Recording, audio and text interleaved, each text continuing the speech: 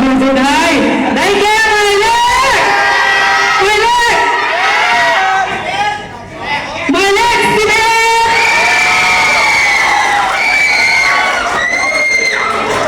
ขอเชิญทุกท่านกับผู้เข้าห้อง5คนสุดท้ายของเรา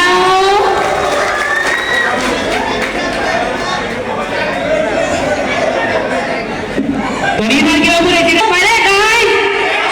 หมายเลขเดี๋ยวเราทำที่ฝั่งเราจะเข้าสู่ประกาศรางวัล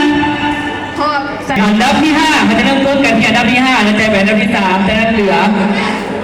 ตามลำดับเนาะโอเคแล้วผู้ที่ได้ได้แก่หมายเลขได้แก่หมายเลข1วาฮีสุนารีสุริโบโอเคถอยลงครับวันนี้หมายเลขผู้ที่ได้ที่5ถอยลงหมายเลข1ในอันดับที่5เนาะตอนนี้เหลือ4คนผู้ที่ได้อันดับที่4ได้แก่หมายเลข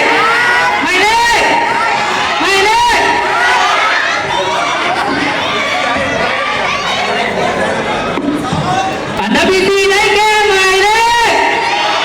12อันดับที่4ได้แก่หมายเลขตอนนี้เหลือ3ท่าน1ในนี้คือ1 2และ3ของปีนี้เสียหมายเลขใด